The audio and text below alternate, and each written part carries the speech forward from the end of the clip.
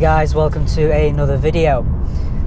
Now I'm fully aware that these types of videos, 5 things I hate, 5 things that irritate me about my car, whatever, usually don't go down too well. But this is a bit of a disclaimer. I'm not whinging or moaning about the car. Just that most cars aren't perfect. There's always a few things that can get on your nerves, and this C43 is absolutely no different.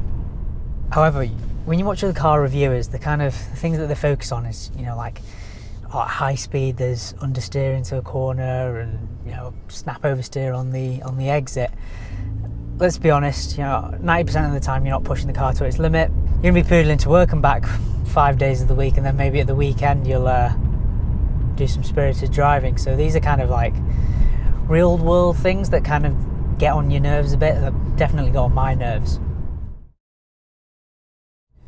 The first thing, I suppose, is the biggest one for me, and it's weird because it's literally the exact opposite issue that I had in my CLA 45. Literally polar opposite. The transmission in that CLA 45 was a 7-speed double clutch system, and when you're using the paddles in sport mode and everything, brilliant. Didn't really have an issue with it. However, in comfort mode, it was dire. It was the worst thing in the world. It was just so slow and sluggish, and setting off from busy junctions or roundabouts, you're kind of just asking to have a crash.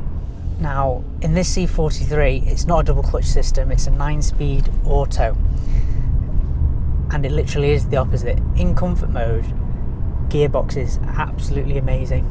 You just waft along. The gears are actually seamless. You don't even notice them switching between the gears, and even though there's 9 of them, you're never really struggling for like pull. If you suddenly put your foot down or anything like that, it's just really responsive. Especially compared to my old CLA 45, and just in general against even the other transmissions of BMW and Audi. This is actually now really good. However, the issue is when you do want to throw it into sport mode and use the paddles. Generally, I'm one of those that if I drive in sport or anything, I'll always use the paddles. When you let the car decide, it kind of it holds the gears for too long, and I'm sure a lot of you guys would agree you'd use the paddles, and that's what really lets this car down, because it's really jerky. We're going to sport mode now. So if you are at low speed and you're kind of in the lower gears, unless you completely follow through with changing gear, it just jerks like that. And when you do accelerate hard, offset of traffic lights or whatever, you're not going to keep your foot pinned. You're going to eventually kind of back off, and then you're going to shift up through the gears. And in general, it'll only do one of the gear shifts. For whatever reason, it just hesitates for so long. So I'll demonstrate it now.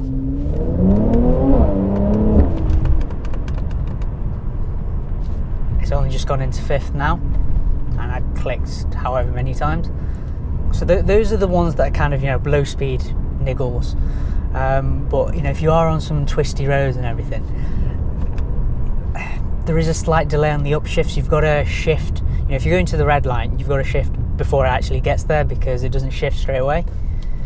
Downshifts, if you try and do too many quickly, it skips them out, and you end up pulling an extra one, and you end up in 1st gear going around a bend or something like that, which then causes more jerks, and it's just it's just not very refined. I think that's you can't really argue too much with that, because I think that's just a downfall of not having a double clutch. Did it again. Right, let's get this back into normal mode. Right, spent far too long on that, but yeah, that's something to consider, because this 9-speed auto is it's not just in this car, it's in the E53, CLS 53, It's in, you know, a few of the cars in the Mercedes lineup. So if you are one of those where you do enjoy kind of just always being in sport and using the paddles, it's going to get on your nerves. Second annoying, you know, real world issue that I've got with the car is to do with the interface and Apple CarPlay. So I don't know, I can't really comment too much on Android CarPlay or Android Auto, I don't know what it's called, but I use CarPlay in this. And again, back to the CLA 45, much lower tech in that car, but the good thing with that was it was just a lot simpler. You know, daft things like if I'm, you know, changing the settings on my car, I don't know, climate, I'm on the sat nav or whatever, but then I want to then change the track that I'm listening to on my, you know, from my phone's album. In the CLA 45, there was a button that said media. Press that button and it'll take you, rather than, you know, any other media in the car, it'll take you to whatever's playing on your Apple CarPlay. Whereas in this, right, let's do it. Let's go to home. Right, let's say, yeah, I want to change the song now, something. Now I've got, because Apple CarPlay's hooked up right now. I then hit media. It always defaults to the Bluetooth audio, which isn't what I want. You know, I might be missing a trick here. So if there is something you can help me with, anyone that's got one, do let me know, because it does my head in. What you've got to do, it's not even a case of going straight to the menu of CarPlay. You've got to kind of hit home. There's no thing up here, you've got to push up. The CarPlay logo gets highlighted, click that, and then it will take you to your CarPlay home or whatever. And that's all well and good when you're kind of stationary, you're not really bothered. But when you're driving, the more button presses you've got to do, the more annoying it is and the more dangerous it is. Again, you know, there could be a shortcut for this, I don't know. The third issue kind of links in again with the interface. So you've got these buttons on the steering wheel. You've got a lot now. You've got these two little touch pads. One on the right controls your dash in front of you here. One on the left controls that one. This one's very good. I've got no real issues with it because it's quite a small thing, but the moment you kind of start using this one, it's very easy just to skip too much across. And you've got to kind of check where you've ended up. I mean, and there's a bit of a delay. I don't know why it does that on the main screen on the left here. It might just be in my head, but you know, the way the virtual dash operates in front of you is quicker and it's a bit more seamless. Whereas with this, it's a bit of a pain. I end up using this. You know, I've said in other videos that like 15 million different ways to do the same thing, which, you know, fine. You pick what you like. You know, you've got this touchpad thing here, which I've never ever used. I don't even know how to use it. I don't know of anyone that actually does use it. So, you know, I like my physical buttons. So that's the interface stuff that's kind of out of the way, annoys me. I might just be getting old, don't know. God, there are some rattles, you know. I don't know what it is. Right, so that's a new irritating thing that I've only discovered in this video.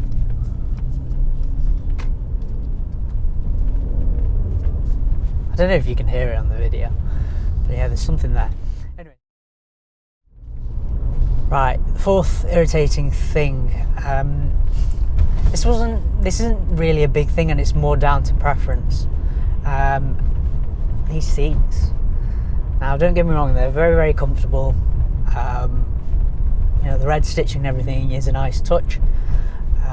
However, when you come from the AMG Recaro seats that, you know, you find in the full fat 63 models, and, you know, the A45, CLA 45, my previous CLA 45, for example, as well. Those seats were absolutely amazing in terms of both acting as, you know, performance seats. So, you know, they kind of hug you in, and they are a bit harder, but they weren't uncomfortable to the point of, you know, back breaking. Yeah, I've sat in them for, you know, 3-4 hours and I was absolutely fine. it's the fact that in UK cars of the C43, and this might just be the saloon version, you can't option the performance seats. I don't know if they've changed that for the 2020 orders, but you know, when I was looking for a C43, I couldn't find a single one that had the performance seats. In that CLA 45, they came as standard, whereas, you know, I think Audi for their RS bucket seats, it's an expensive option. You know, for the equivalent car, I'm talking about like the RS3. I think the current CLA 45, A45s, again, you know, you get those seats as standard. Whereas if you do try and option them in this car, they're well over £1,000. I don't know off the top of my head, but it's not cheap. Right, the final annoying thing is, right, I'm going to try and demonstrate it. You know, sometimes you're in sport mode or whatever, you go into neutral and you kind of just give the engine a bit of a rev. Well, let me show you what happens if you do it in a 2019 C43. Right, into neutral. I'm full throttle now, and it's holding at 2000 RPM. What is that about? I don't know if that's some protection mode. I mean, the temperatures are all warm. Nothing's cold. Transmission, oil, water, everything's fine. Whereas into neutral, this might just be an issue with my car. My car might be broken, but do you know what? It doesn't do it in every gear. So if I go into third, neutral, now it works. So why it doesn't do anything in second gear, I have, that was a bit jerky there, absolutely no idea. But as always, thanks for watching, and you know, if there are any particular things you want to know about this car or even my previous CLA 45, do get down in the comments below and I'll do my best to answer them. Thanks for watching, guys. See you in the next video.